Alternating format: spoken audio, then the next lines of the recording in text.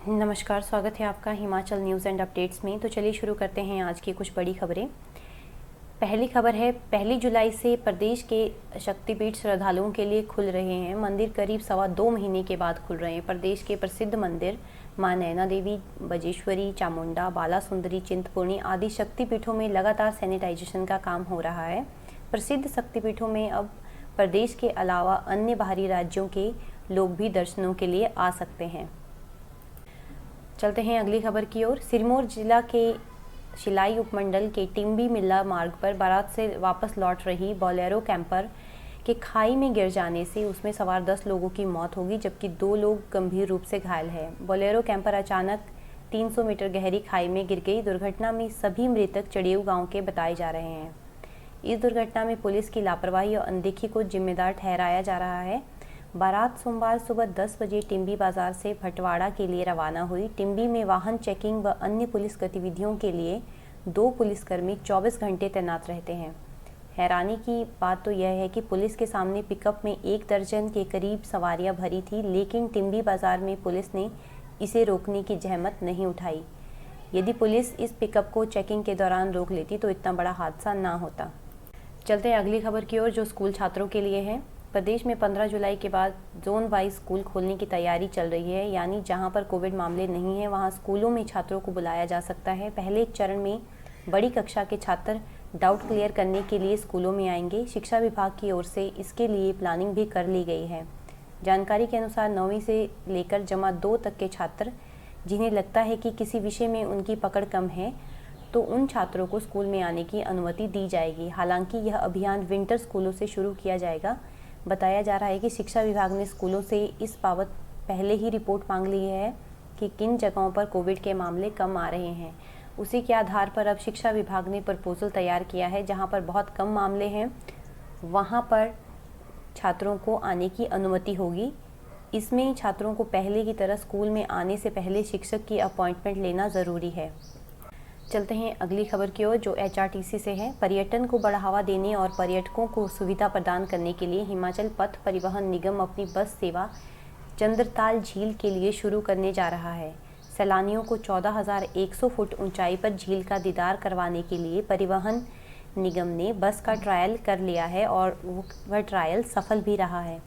विश्व पटल में प्रकृति के अनोखे नज़ारों से सुसज्जित चंद्रताल झील की सैर अब देश दुनिया के पर्यटक सस्ते किराए में कर सकते हैं। वहीं देश भर के शोधार्थी भी हिमाचल सरकार की बसों में यात्रा कर आसानी से चंद्रताल झील की महत्ता को नज़दीकी से जान सकते हैं।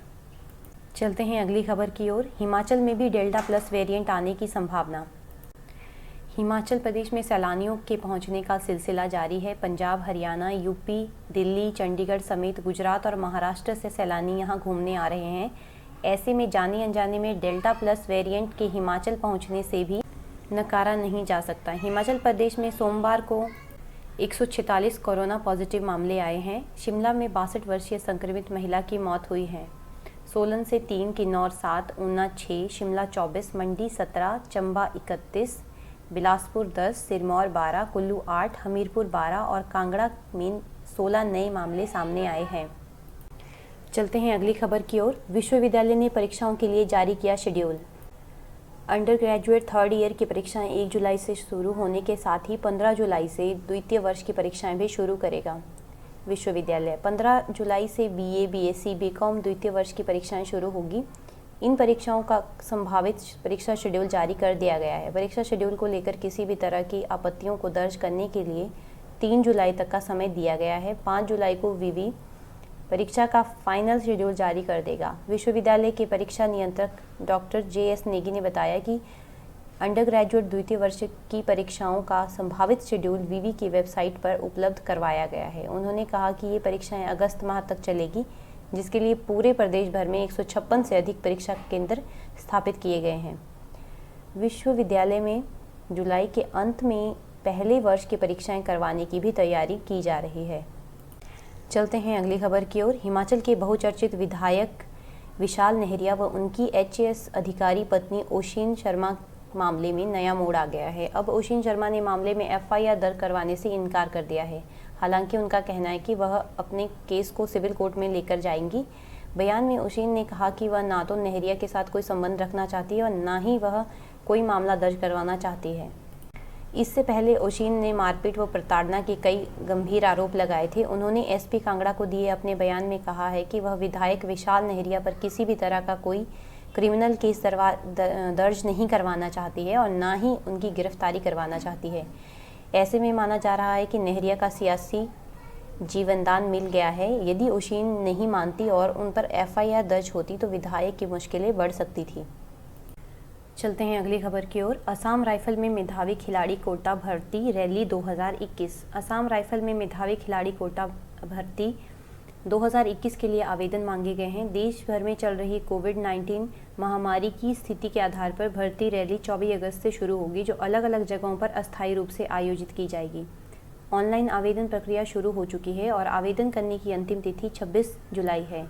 सभी इच्छुक और योग्य उम्मीदवार आवेदन असम राइफल्स की वेबसाइट पर जाकर ऑनलाइन मोड के माध्यम से जमा करवा सकते हैं। यह भर्ती अभियान कुल 131 रिक्तियों को भरने के लिए आयोजित की जा रही है। 131 रिक्तियों में 75 रिक्तियां पुरुषों के लिए और 56 रिक्तियां महिलाओं के लिए हैं। असम राइफल्स की वेबसाइट का लिंक डिस्क्रिप्शन बॉक्स में भी दिया गया है, आप वहां से भी चेक कर सकते हैं। तो ये थी आज की कुछ बड़ी खबरें।